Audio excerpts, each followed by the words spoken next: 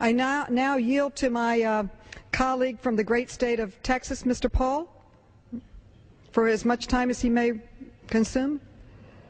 The gentleman from Texas. And I reserve the balance of my time. Okay. I thank the gentlelady for yielding. Reserving her time, and I yield to Mr. Brady or Mr. Paul or the gentleman from Texas, Mr. Brady, is recognized and is yielding time.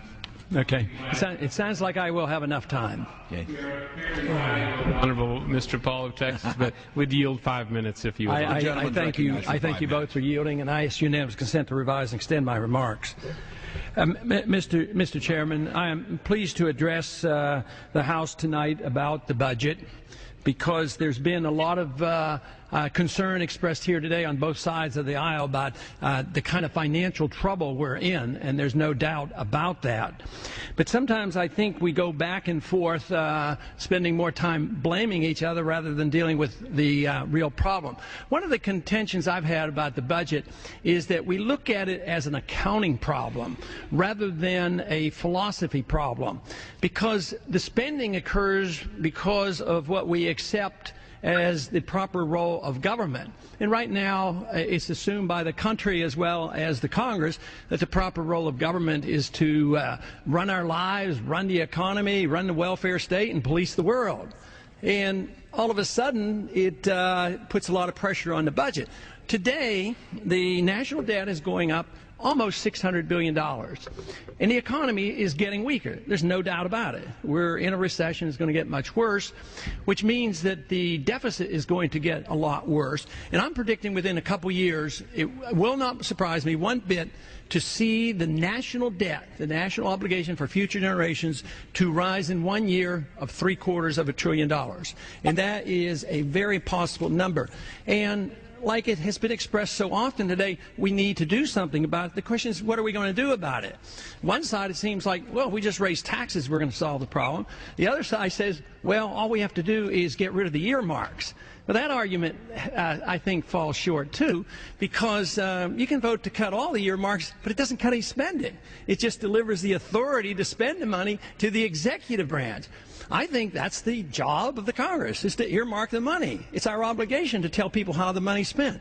And those who think that we can solve this problem by just getting rid of earmarks, they never talk about the earmarks overseas, the hundreds of millions and not billions of dollars we spend overseas. We earmark them to certain countries, into building military buildings overseas. What about the earmark for the embassy in Beirut, in Iraq? It's cost $1 billion. That's an earmark. But the side that says that we can solve this problem by cutting earmarks never talks about these earmarks. Just think of the earmarks in the military budget. I mean, billions. And what do? We finally elect a different Congress to deal with some of these supplementals and emergency spending that we don't have the guts to put on the budget. So we elect a new Congress, and what do? We have the continuation in all the budgets presented today. We're still going to finance the war as an off-budget emergency item. We're not being honest with ourselves, and we pretend that the problem is there, and that if we talk about it, it's going to go away. The way I see it is there's only one way that we're going to attack this, and that is decide what our government ought to be doing. And the Constitution is very clear. The government ought to preserve our liberties, give us a strong national defense. It shouldn't run our lives. It shouldn't run the economy. It shouldn't police the world. We're not supposed to be the policemen of the world. But everybody talks about it, and both sides of the aisle have no hesitation to spend every cent the executive branch asked for to run a war that was never declared. We now spend $1 trillion a year going up. This year it's going to go over $1 trillion to run the operations overseas. That means all the foreign aid and all the military, $1 trillion to do things we shouldn't be doing. They interviewed 3,400 military personnel just recently, military leaders, and 82% of them said our military is weaker today than it was 5 years ago. So all this money spent, and all this policing of the world, and all this deficit, and financially, we're coming down. I mean, just today, the dollar went down 1.2% in one day after this steady erosion. It comes from the fact of deficits. And why does that hurt the dollar? Because we don't have enough money.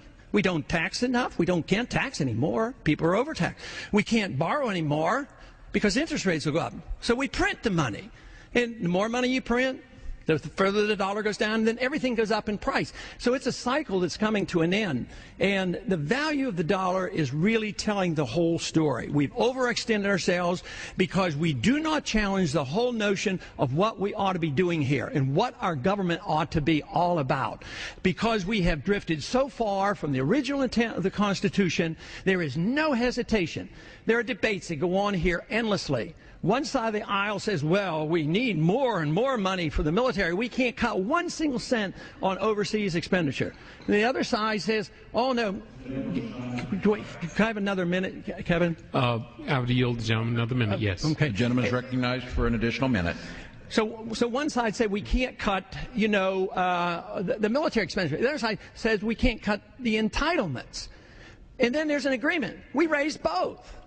My idea is to have a strong national defense and to get this budget under control, reject the notion that we need to run an empire. We can't afford it. It's going to come down. It always comes down. It has come down all throughout history because eventually the currency is destroyed. We're in 130 countries. We have 700 bases. Our military now is in worse shape than it was 5 years ago, according to our military. So it's time we look at the strategic, the philosophical problems. And I say, unless we do this, this will end badly. It's going to end with a major economic crisis. It's going to be worldwide, and we here at home will suffer, not only economically, but inevitably, under these conditions, the people lose their liberty, and our liberties are being eroded every single day that we're here. So yes, we take an oath to obey and uphold the Constitution against foreign domestic, but we're domestic, and we should protect our rights and our budget and the greatness of this country. Thank you.